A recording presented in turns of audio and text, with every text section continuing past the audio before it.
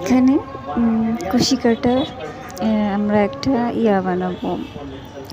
কুশি কাটা দিয়ে আমরা একটা বানাবো, কি জানি বলে, ঘর সাজানোর হয় না, উইনচেন, বারান্দায় ঝোলানোর। ওই যে সুন্দর করে ফ্লাওয়ারগুলো বানিয়ে ক্রাফটিং করে নেব আর লাগিয়ে দিব। চমৎকার লাগছে, দারুণ, মাশাআল্লাহ। ধন্যবাদ। নাজ ব্লগে সবার স্বাগতম।